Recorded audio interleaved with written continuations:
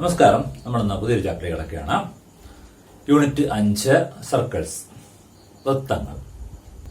നമ്മൾ വൃത്തങ്ങളെ പറ്റി താഴ്ന്ന ക്ലാസ്സിൽ പഠിച്ചിട്ടുണ്ട് അല്ലേ? എന്താണ് വൃത്തം എന്ന് പറയുന്നത്? ഒരു നിശ്ചിത ബിന്ദുവിൽ നിന്ന് തുല്യ അകലത്തിൽ കുറെ ബിന്ദുക്കൾ ചേരുന്നതാണ് വൃത്തം അല്ലേ? അതായത് ഈ ഒരു ബിന്ദുവിൽ നിന്ന് തുല്യ അകലത്തിൽ കുറെ ബിന്ദുക്കൾ ചേരുന്നതാണ് വൃത്തം, സർക്കിൾ അല്ലേ? അപ്പൊ ഈ ബിന്ദുവിനെ നമ്മുടെ വൃത്തത്തിന്റെ കേന്ദ്രം, സെന്റർ എന്ന് പറയും അല്ലെ? വൃത്ത കേന്ദ്രം അല്ലെങ്കിൽ സെന്റർ എന്ന് പറയും.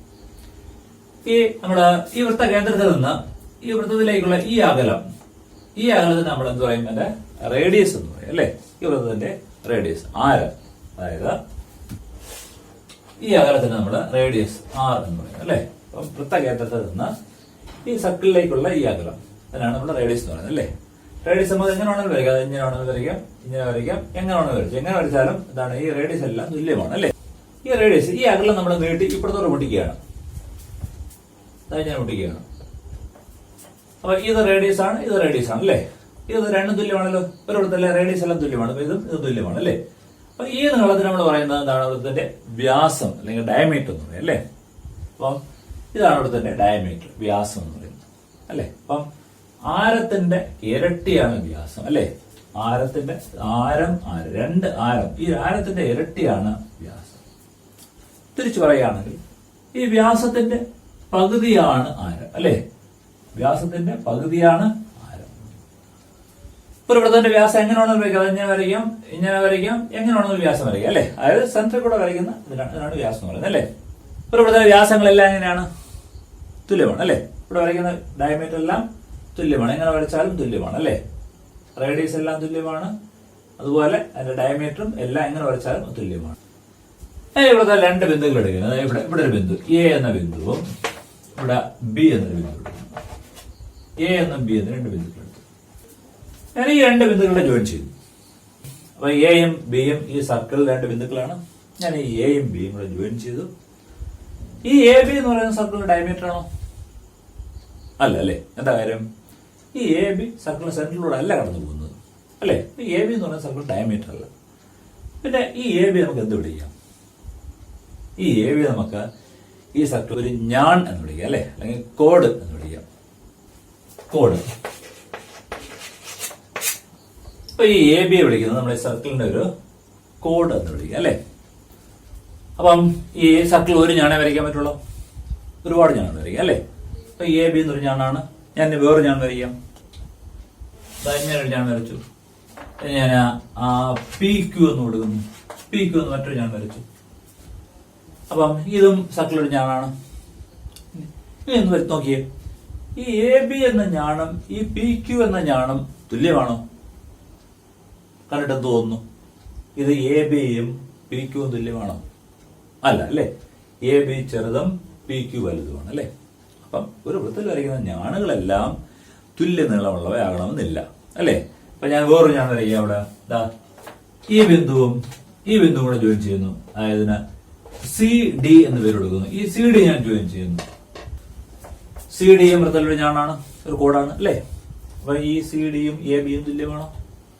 അല്ലെങ്കിൽ സി ഡിയും പി ക്യുവും തുല്യമാണോ?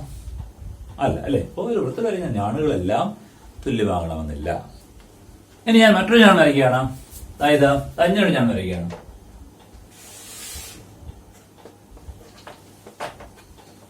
ഇനി ഞാൻ എം എൻ എന്ന് കൊടുക്കുന്നു.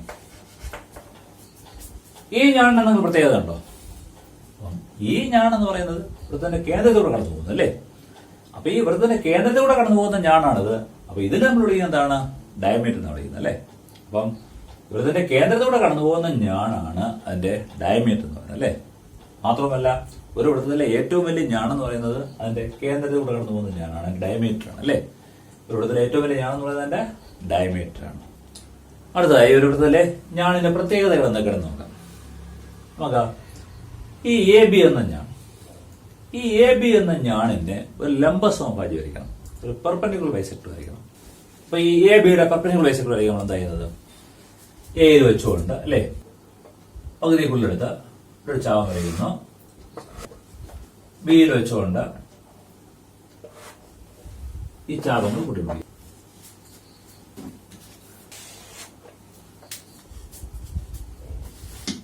ഈ എ ബിയുടെ പെർപെൻഡിക്കുലർ ബൈസെക്ടറിന് എന്തെങ്കിലും പ്രത്യേകത കാണുന്നുണ്ടോ?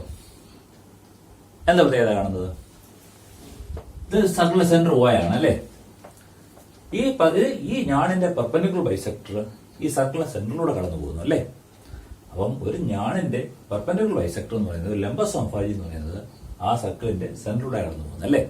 നമുക്ക് ശരിയാണെന്ന് പരിശോധിക്കാം, ഒന്നുകൂടെ പരിശോധിക്കാം. നമുക്ക് ഒരു ഞാനോട് വരയ്ക്കാനത്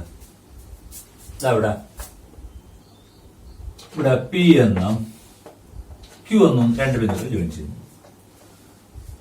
ഈ സർക്കിളിലെ പി എന്നും ക്യൂ എന്നും രണ്ട് ബിന്ദുക്കൾ ജോയിൻ ചെയ്യുന്നു.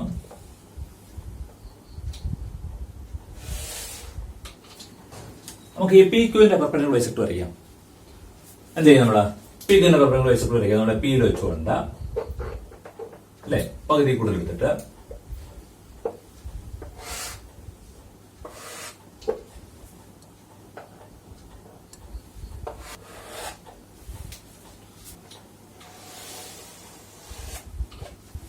എന്താ പ്രത്യേകത? ഈ പെർപെൻഡിക്കുലർ ബൈസെക്ടർ എന്താ പ്രത്യേകത? ഇതും എന്തിലൂടെ കടന്നു പോകുന്നു? ഈ സർക്കിളിന്റെ സെന്ററിലൂടെ കടന്നു പോകുന്നു അല്ലേ? അപ്പോൾ ഒരു വൃത്തത്തിലെ ഏതൊരു ഞാണിന്റെയും പെർപെൻഡിക്കുലർ ബൈസെക്ടർ ലംബ സമഭാജി അതിന്റെ ഏതിലൂടെ കടന്നു പോകും? വൃത്തത്തിന്റെ സർക്കിളിന്റെ സെന്ററിലൂടെ കടന്നു പോകും അല്ലേ? നിങ്ങളുടെ ടെക്സ്റ്റ് ബുക്കിൽ 65-ാം പേജിൽ കൊടുത്തിട്ടുണ്ട്. The perpendicular bisector of any code of A circle passes through it's centre. അതായത് വൃത്തത്തിലെ ഏത് ഞാണിന്റെയും ലംബ സമഭാജി ഏതിലൂടെ കടന്നു പോകും? വൃത്തത്തിന്റെ സെന്ററിലൂടെ കടന്നു പോകും.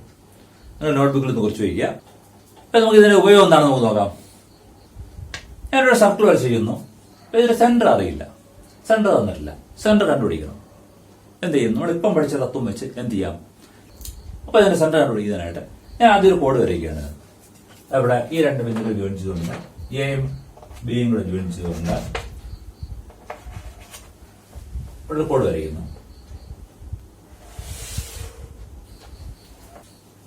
ഇനി ഞാൻ എ ബിക്ക് ഒരു പെർപെൻഡിക്കുലർ ബൈസെക്ടർ വരയ്ക്കുന്നു. എ വെച്ച് പകുതിക്കുള്ള എടുത്തിട്ട് ചാവ് വരച്ചു, താഴെ ചാവ് വരയ്ക്കുന്നു.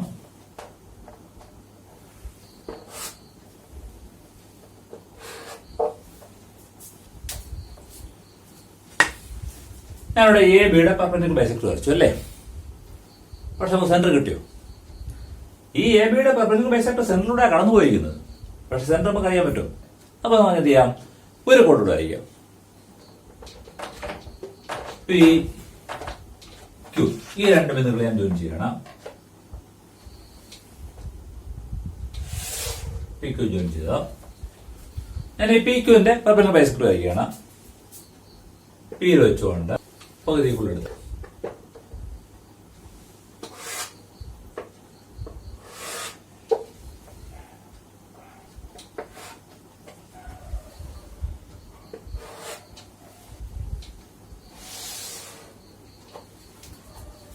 പി ക്യൂവിന്റെ പെർപെൻഡിക്കുലർ ബൈസെക്ടർ ആണിത്. ഇതും എന്താണ്? സർക്കിളിന്റെ സെന്ററിലൂടെ കടന്നു പോകുന്നുണ്ട്. അപ്പൊ എ ബിയുടെ പെർപെൻഡിക്കുലർ ബൈസെക്ടറും സർക്കിൾ സെന്ററിലൂടെ കടന്നു പോകുന്നുണ്ട്. പി ക്യൂവിന്റെ പെർപെൻഡിക്കുലർ ബൈസെക്ടറും സർക്കിൾ സെന്ററിലൂടെ കടന്നു പോകുന്നുണ്ട് അല്ലേ? ഇപ്പൊ രണ്ടോ കൂട്ടിവിടുന്നത് ഇവിടെ ഈ പോയിന്റ് അല്ലേ? ഇതാണ് സർക്കിളിന്റെ സെന്റർ. അപ്പൊ നമ്മുടെ സർക്കിളിന്റെ സെന്ററിനോട് എന്ത് ചെയ്താൽ മതി? ഒരു കോഡ് വരയ്ക്കുന്നു, അതിന്റെ പെർപെൻഡിക്കുലർ ബൈസെക്ടർ വരയ്ക്കുന്നു അല്ലേ? അപ്പം വേറൊരു കോഡ് മാറ്റി വരയ്ക്കുന്നു, അതിന്റെ പെർപെൻഡിക്കുലർ ബൈസെക്ടർ വരയ്ക്കുന്നു. അപ്പൊ രണ്ടും കൂടെ കൂട്ടിമുട്ടുന്ന ഈ ബിന്ദുവാണ് സർക്കിളിന്റെ സെന്റർ എന്ന് പറയുന്നത്. അടുത്തായിട്ട് ഇതൊരു വൃത്തത്തിന്റെ ഭാഗമാണ് അല്ലേ? ഒരു വൃത്തത്തിന്റെ ഭാഗം മാത്രം അതിലുണ്ട്. ഈ വൃത്ത സർക്കിൾ കംപ്ലീറ്റ് ചെയ്യണം. ഒരു സർക്കിളിന്റെ പാർട്ട് മാത്രം വന്നിരിക്കുന്നത് അല്ലേ? ഇതിനോട് പറയുന്നത് ചാപം എന്ന് പറയും, ഒരു ആർക്ക് എന്ന് പറയും. ഒരു സർക്കിളിന്റെ ഭാഗമാണ് അല്ലേ? അപ്പൊ ഈ സർക്കിൾ ഇതിന്റെ സെന്റർ കണ്ടുപിടിച്ച് ഈ സർക്കിൾ കംപ്ലീറ്റ് ചെയ്യണം. എന്താ പറഞ്ഞത്? ഒരു സർക്കിളിന്റെ ഭാഗമാണ് വന്നിരിക്കുന്നത്. നമുക്ക് ഈ സർക്കിൾ കംപ്ലീറ്റ് ചെയ്യണം. അപ്പൊ കംപ്ലീറ്റ് ചെയ്യണമെന്നുണ്ടെങ്കിൽ എന്ത് വേണം? ഇതിന്റെ സെന്റർ കണ്ടുപിടിക്കണം അല്ലേ? സെന്റർ നമുക്ക് അറിയാമോ? അറിയില്ല. അപ്പൊ സെന്റർ കണ്ടുപിടിക്കുക. എന്ത് ചെയ്യും? ഞാനിവിടെ ഒരു കോഡ് വരച്ചു അല്ലേ? ഈ കോഡിന്റെ പെർപെൻഡിക്കുലർ ബൈസെക്ടർ വരയ്ക്കണം. എന്ത് ചെയ്യും? ഈ കോഡിന്റെ പെർപെൻഡിക്കുലർ ബൈസെക്ടർ വരയ്ക്കാൻ എന്ത് ചെയ്യും? ഇതിന്റെ പകുതിക്കുള്ള എടുത്തിട്ട്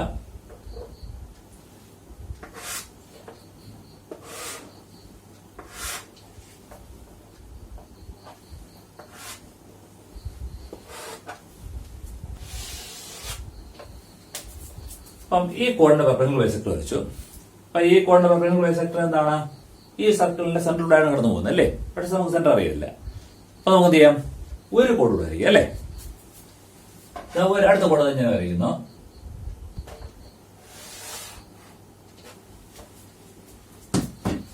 ഞാൻ ഇതിന്റെ പെർപെൻഡിക്കുലർ ബൈസെക്ടർ വരയ്ക്കുകയാണ്.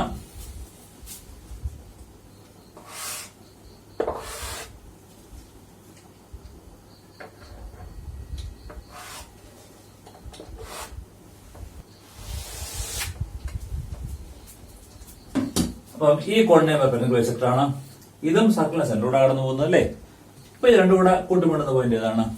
അപ്പം ഇതാണ് സർക്കിളിന്റെ സെന്റർ എന്ന് പറയുന്നത് അല്ലേ. ഇത് നമുക്ക് ഈ വൃത്തം കംപ്ലീറ്റ് ചെയ്യാമല്ലോ. എന്ത് ചെയ്താൽ മതി? അവിടെ വെച്ചുകൊണ്ട്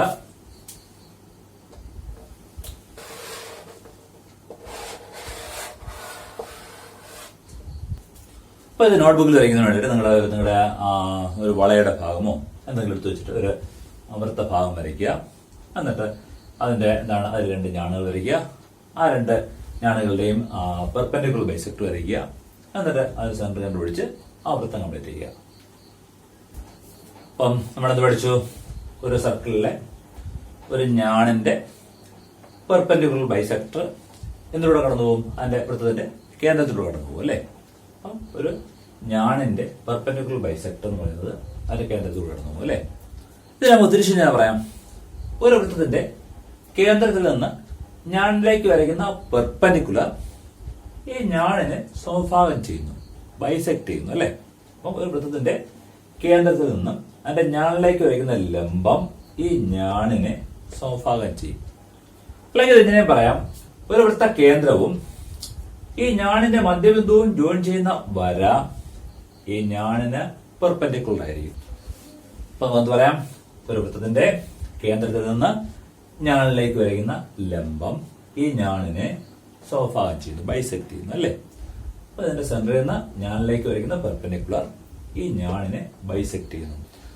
അല്ലെങ്കിൽ എന്ത് പറയാം, നമ്മള് ഒരു വൃത്തത്തിന്റെ കേന്ദ്രവും ഈ ഞാണിന്റെ മധ്യബിന്ദുവും കൂടെ ജോയിൻ ചെയ്യുന്ന വര ഈ ഞാണിന് പെർപെൻഡിക്കുലർ ആയിരിക്കും. നിങ്ങളുടെ ടെക്സ്റ്റ് ബുക്കിൽ 65-ാം പേജിൽ പറയുന്നുണ്ട്, the perpendicular from the centre of A circle to A code bisects the code. അല്ലെങ്കിൽ ഇതിനെങ്ങനെയും പറയാം, the line joining the centre of A circle and the mid point of A code is perpendicular to the code. അതായത് വൃത്തകേന്ദ്രത്തിൽ നിന്നുള്ള ലംബം ഞാണിനെ സമഭാഗം ചെയ്യുന്നു.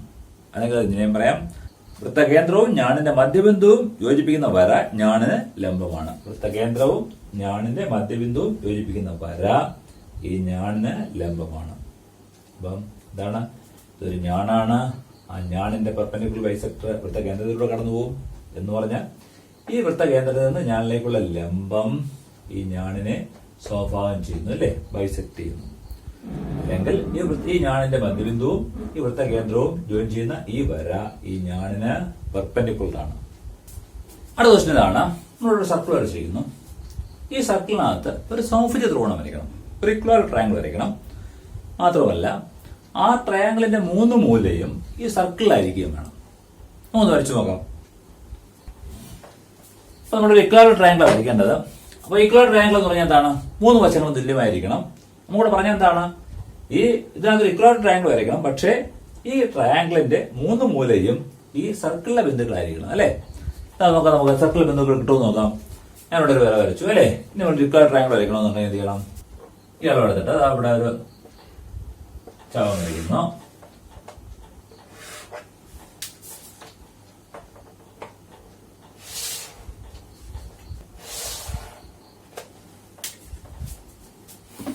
എന്താ പ്രശ്നം? ഇതൊരു equilateral triangle ആണല്ലോ, 3 വശവും തുല്യമാണ് അല്ലേ. പക്ഷെ ഇങ്ങനെയാണോ വരയ്ക്കാൻ പറഞ്ഞിരിക്കുന്നത്? ഇതിന്റെ 3 വശവും തുല്യമാണ്, ഒരു ഇക്വലാറ്ററൽ ട്രയാങ്കിൾ ആണ്. പക്ഷെ ഇതിന്റെ 3 മൂലയും എന്താണ്? സർക്കിളിലല്ല അല്ലെ. ഇതിന്റെ 2 മൂല സർക്കിളിലാണ്, പക്ഷെ ഈ 3ാമത്തെ മൂല സർക്കിളല്ല. അപ്പൊ ഇങ്ങനെയല്ല വരയ്ക്കാൻ പറഞ്ഞിരിക്കുന്നത് അല്ലെ. അപ്പൊ നമ്മൾ ആദ്യം വരയ്ക്കുന്ന ഈ ലൈൻ നമുക്ക് നോക്കി വരയ്ക്കണം അല്ലെ. അത് നമ്മൾ കറക്റ്റ് വരച്ചില്ലെങ്കിൽ പിന്നുള്ളതെല്ലാം തിരിക്കും അല്ലെ. അപ്പൊ അതിനെന്ത് ചെയ്യാമെന്ന് നോക്കാം. സർക്കിൾ വരച്ചിട്ട് ഒരു ഇക്വലാറ്ററൽ ട്രയാങ്കിൾ എന്ന് പറഞ്ഞാൽ 3 മൂലയും ഈ സർക്കിൾ ബിന്ദുക്കളായിരിക്കണം അല്ലെ. ഈ 3 മൂലയും സർക്കിളിലെ ബിന്ദുക്കളാവുക എന്ന് പറഞ്ഞാൽ നമ്മളിവിടെ സർക്കിൾ സെന്റർ എടുത്തു അല്ലെ. ഈ സെന്ററിൽ നിന്ന് ഇതിന്റെ 3 റേഡിയസ് വരയ്ക്കുകയാണ്. ഈ 3 റേഡിയസ് വരയ്ക്കുമ്പോൾ കിട്ടുന്ന ഈ 3 ആംഗിളും തുല്യമാവണ്ടേ? ഈ 3 ആംഗിളും തുല്യമാണ് അല്ലെ. കാര്യം ഈ 3 സൈഡും തുല്യമാവണമെങ്കിൽ എന്താണ്? ഈ 3 ആംഗിളും തുല്യമാണ് അല്ലെ. അതായത് ഒരു വൃത്തത്തിന്റെ കേന്ദ്രത്തിൽ നിന്ന് ചുറ്റുമുള്ള കോണളവ് എത്രയാണ്? ഈ 3 കോണിന്റെ കൂട്ടുമ്പോൾ എത്ര ഡിഗ്രി കിട്ടും? ഈ 3 കോണിന്റെ കൂട്ടുമ്പോൾ എത്ര? 360 ഡിഗ്രി കിട്ടും അല്ലേ? ഒരു സർക്കിളിന് ചുറ്റുമുള്ള കോണളവ് എന്ന് പറയുന്നത് 360 ഡിഗ്രിയാണ് അല്ലേ? 360 ആണ്. മാത്രമല്ല ഈ 3 കോണുകൾ തുല്യമായിരിക്കും വേണം അല്ലേ? അപ്പൊ ഓരോ കോണം എത്ര ഡിഗ്രി ആയിരിക്കും? അത് കണ്ടുപിടിക്കാൻ എന്ത് ചെയ്യും? മൊത്തം 360 ഡിഗ്രിയാണ്. അതിന് എന്ത് ചെയ്താൽ മതി? ഇവിടെ 3 കോണാണുള്ളത്. ഈ 3 കോണും തുല്യമായിരിക്കണം. അതിനെ 320 3 അടിച്ചാൽ മതി അല്ലേ? 320 എന്ത് വരും പറ? 120 ഡിഗ്രി അല്ലേ? അപ്പൊ ഈ ഓരോ കോണം എത്ര ഡിഗ്രി ആയിരിക്കണം? 120 ഡിഗ്രി ആയിരിക്കണം. അപ്പൊ ഇത് വരയ്ക്കണമെന്നുണ്ടെങ്കിൽ ആദ്യം നമുക്കൊരു റേഡിയസ് വരയ്ക്കാം അല്ലേ? ഞാൻ തന്നെ റേഡിയസ് വരയ്ക്കുന്നു. റേഡിയസ് വരച്ചിട്ട് ഈ കോൺ 120 ഡിഗ്രി ആയിരിക്കണമല്ലോ. അത് അവിടെ വെച്ചുകൊണ്ട് 120 ഡിഗ്രി എടുത്ത് ഇനി ഇവിടെ വെച്ചുകൊണ്ട് 120 ഡിഗ്രി എടുത്തിട്ട്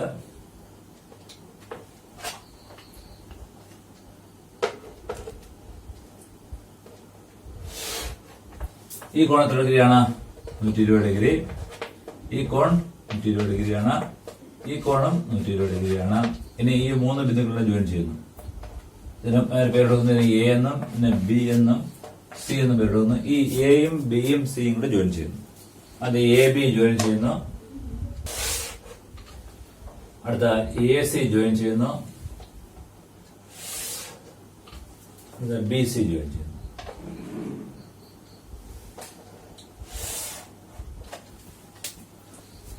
നമ്മുടെ നോട്ട്ബുക്കിൽ ഇതുപോലെ വരച്ചിട്ട് ഈ എ ബിയും ബി സിയും എ സി ആണെന്ന് നോക്കുക, തുല്യമാണെന്നുള്ളത് നോക്കുക. അപ്പം ഈ എ ബി സി എന്ന് പറയുന്നൊരു ഇക്വലാറ്റർ ട്രയാങ്കിൾ ആയിരിക്കും അല്ലെ? ഇനി ഈ കോണുകളൊന്നും വരയ്ക്കാതെ തന്നെ ഒരു സർക്കിളിനകത്ത് ഒരു ഇക്വലാറ്റർ ട്രയാങ്കിൾ വരയ്ക്കാനുള്ള വേറൊരു മാർഗമുണ്ട്. അതൊന്ന് പരിശോധിക്കാം. അതിനായി ഈ ചിത്രത്തിൽ ഈ സർക്കിളിന് സെന്റർ ചെയ്യുന്ന ഞാൻ ഈ എ ബിയിലേക്ക് ഒരു പെർപെൻഡിക്കുലർ വരയ്ക്കുകയാണ്. ഇതാണ് ഈ സർക്കിളിന് സെന്റർ ചെയ്യുന്ന ഇനി എ ബിയിലേക്ക് ഒരു പെർപെൻഡിക്കുലർ വരച്ചു അല്ലേ? അപ്പം ഈ കോൺ എത്ര ഡിഗ്രിയാണ്? 90 ഡിഗ്രിയാണ്. ഇത് ഞാൻ ഒ എന്ന് എടുക്കുകയാണെങ്കിൽ ഈ ബിന്ദുവിന് ഒ എന്ന് എടുക്കുക, സെന്റർ ഒ എന്ന് എടുക്കുകയാണെങ്കിൽ ഈ എ ഒയും ബി ഒയും തുല്യമാണ് അല്ലേ? അത് രണ്ടും ഈ സർക്കിളിന്റെ റേഡിയസ് ആണ്. അപ്പൊ എ ഒയും ബി ഒയും തുല്യമാണ്. അപ്പോഴ് ഈ എ ഒ ബി എന്ന് പറയുന്നത് എന്താണ്? ഒരു സമപാർശ്വ ത്രികോണമാണ് അല്ലെ? ഒരു ഐസോസെലസ് ട്രയാങ്കിൾ ആണ്. നമ്മൾ 8ാം ക്ലാസ് പഠിച്ചിട്ടുണ്ട്. ഒരു സമപാർശ്വ ത്രികോണത്തിന്റെ തുല്യ വശങ്ങൾ ചേരുന്ന മൂലയിൽ നിന്ന് ഓപ്പോസിറ്റ് സൈഡിലേക്ക് വരയ്ക്കുന്ന പെർപെൻഡിക്കുലർ ഈ വശത്തെയും ഈ കോണിനെയും സമഭാഗം ചെയ്യുന്നു പഠിച്ചിട്ടുണ്ട് അല്ലെ? അപ്പൊ ഈ കോൺ 120 ഡിഗ്രി ആണ് എങ്കിൽ ഇത് ഓരോ എത്ര ഡിഗ്രിയാണ്? 60 ഡിഗ്രി വീതമാണ് അല്ലെ? 60 ഡിഗ്രി 60 ഡിഗ്രി അല്ലെ? അപ്പൊ ഇത് 60 ഡിഗ്രി 90 ഡിഗ്രി അല്ലെ? അപ്പൊ ഇത് എത്ര ഡിഗ്രി ആയിരിക്കും? ഇത് 30 ഡിഗ്രി ആയിരിക്കും അല്ലെ? 30 ഡിഗ്രി. ഞാനിനി ഇതിനെ ഞാൻ താഴോട്ട് നേടുകയാണ്. ഞാൻ താഴോട്ട് നേടി ഡി എന്ന പേര് കൊടുക്കുന്നു. എ ഡി ജോയിൻ ചെയ്യുന്നു. ഈ സർക്കിളിന് രണ്ട് റേഡിയസ് ആണ് എ ഒയും ഡി ഒയും. അപ്പം എ ഒയും ഡി ഒയും തുല്യമാണ്. ഈ കോൺ 60 ഡിഗ്രിയാണ് അല്ലെ? അപ്പൊ ഈ കോൺ 60 ഡിഗ്രിയാണ്. ഈ രണ്ട് വശങ്ങളും തുല്യമാണ്. എ ഒയും ഡി ഒയും തുല്യമാണ് എന്ന് പറഞ്ഞാൽ ഇത് എത്ര ഡിഗ്രി ആയിരിക്കും? ഇതും 60 ഡിഗ്രി ഇതാവും അല്ലെ? 60 ഡിഗ്രി. ഇത് മൊത്തം 60 ഡിഗ്രി അല്ലെ? അതായത് ഈ ട്രയാങ്കിൾ എ ഒ ഡി എന്ന് പറയുന്ന ഒരു ഈക്വലാറ്റർ ട്രയാങ്കിൾ ആണ് അല്ലെ? അപ്പൊ എ ഒ ഡി എന്ന് പറയുന്ന ഈക്വലാറ്റർ ട്രയാങ്കിൾ ആണ്. ഒരു ഇക്വലാറ്റർ ട്രയാങ്കിളിന്റെ ഒരു മൂലയിൽ നിന്ന് അതിന്റെ ഓപ്പോസിറ്റ് സൈഡിലേക്ക് വരയ്ക്കുന്ന പെർപെൻഡിക്കുലർ എന്താണ്? ഈ വശത്തെ സമഭാവം ചെയ്യുമല്ലോ. ഈ ഇതിനൊരു പേരെടുക്കാം, എം എന്ന് പേരെടുക്കാം. അപ്പൊ ഈ ഡി ഒയുടെ മിഡ് പോയിന്റ് ആണ് എം. അത് മാത്രമല്ല ഈ എം എന്ന് പറയുന്നത് ഈ ഡി ഒയ്ക്ക് പെർപെൻഡിക്കുലർ ആണ്. ഈ ഒഡിയുടെ മിഡ് പോയിന്റ് ആണ് എം. ഈ എം എന്ന് പറയുന്നത് ഈ ഒഡിക്ക് പെർപെൻഡിക്കുലർ ആണ് എന്ന് പറഞ്ഞാൽ ഇത്രയേ ഉള്ളൂ. ഈ ഡിഒ ഈ ഡിഒയുടെ പെർപെൻഡിക്കുലർ ബൈസെക്ടർ ആണ് ഈ എ ബി എന്ന ഈ ലൈൻ. അതായത് ഈ ഡിഒ എന്ന് പറയുന്നത് എന്താണ്? ഈ സർക്കിളിന്റെ റേഡിയസ് ആണ് ഡിഒ അല്ലെ? അപ്പം ഈ സർക്കിളിന്റെ റേഡിയസ് ആണ് ഡിഒ. അപ്പം ഡിഒയുടെ പെർപെൻഡിക്കുലർ ബൈസെക്ടർ ആണ് എ ബി. ഈ എ ബി എന്ന് പറയുന്നത് ആരാണ്? ഈ ഇക്വലാറ്റർ ട്രയാങ്കിളിന്റെ ഒരു സൈഡാണ് എ ബി. അപ്പൊ ഇത്രയേ ഉള്ളൂ. ഒരു സർക്കിളിൽ ഒരു ഇക്വലാറ്റർ ട്രയാങ്കിൾ വരയ്ക്കണം അല്ലെ? ആ ഇക്വലാറ്റർ ട്രയാങ്കിൾ ചുമ്മാ വരച്ചാൽ പോരാ. ആ ഇക്വലാറ്റർ ട്രയാങ്കിളിന്റെ 3 വെർട്ടെക്സും ഈ സർക്കിളിലെ ബിന്ദുക്കൾ തന്നെ ആയിരിക്കണം. DO എന്ന് പറയുന്നത് ഈ സർക്കിൾ റേഡിയസ് ആണ്. ഈ റേഡിയസിന്റെ പെർപെൻഡിക്കുലർ ബൈസെക്ടർ ആണ് AB. AB എന്ന് പറയുന്നതാണ് ഇതാണ് ഈ ഇക്വലാറ്റർ ട്രയാങ്കിളിന്റെ ഒരു വശമാണ്. അപ്പൊ നമുക്ക് സർക്കിൾ ഒരു ഇക്വലാറ്റർ ട്രയാങ്കിൾ വരച്ചു നോക്കാം.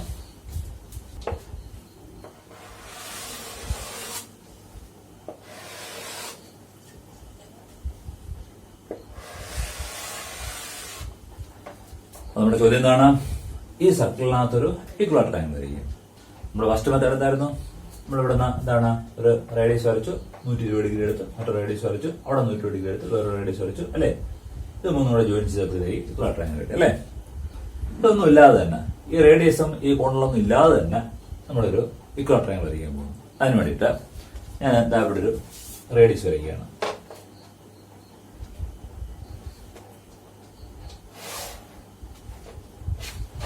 ഒരു റേഡിയസ് വരച്ചു. ഇനി എന്ത് ചെയ്യണം? ഇതേപോലെ ഒരു റേഡിയസ് വരച്ചു.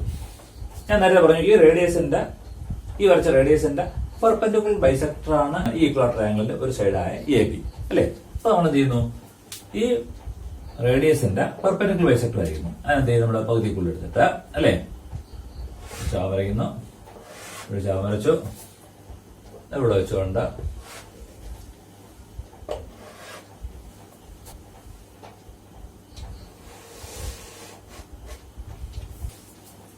ഒന്നുകൂടെ എന്താണ് ചെയ്തത്?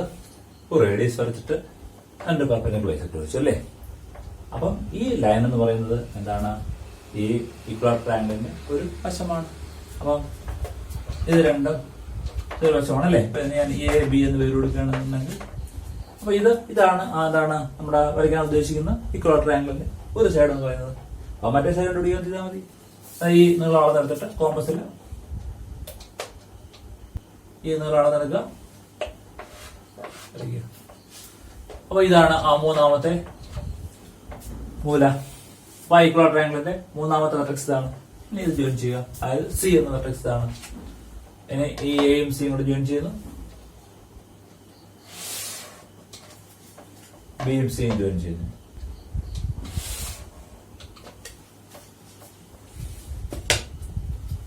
അപ്പം ഈ ട്രയാങ്കിൾ ABC എന്ന് പറയുന്നൊരു ഇക്വലാറ്റർ ട്രയാങ്കിൾ ആണ്. എല്ലാവരും ഇതുപോലെ നിങ്ങളുടെ നോട്ട്ബുക്കിൽ ഒരു ഇക്വലാറ്റർ ട്രയാങ്കിൾ വരയ്ക്കുക. അത് പരിശോധിക്കുക. ഈ 3 വശം തുല്യമാണെന്ന് പരിശോധിക്കുക. ABയും BCയും ACയും തുല്യമാണെന്ന് അളന്ന് പരിശോധിക്കുക. അപ്പം ഇതുമായിട്ട് ബന്ധപ്പെട്ട നിങ്ങളുടെ ടെക്സ്റ്റ് ബുക്കിലെ 68-ാം പേജിലും 69-ാം പേജിലുമായിട്ട് ഒരു 7 പ്രവർത്തനം കൊടുത്തിട്ടുണ്ട്. എല്ലാവരും നിങ്ങളുടെ നോട്ട്ബുക്കിൽ ചെയ്ത് നോക്കുക. അടുത്ത വീഡിയോയിൽ ഞാൻ ഇത് എടുത്താണ്.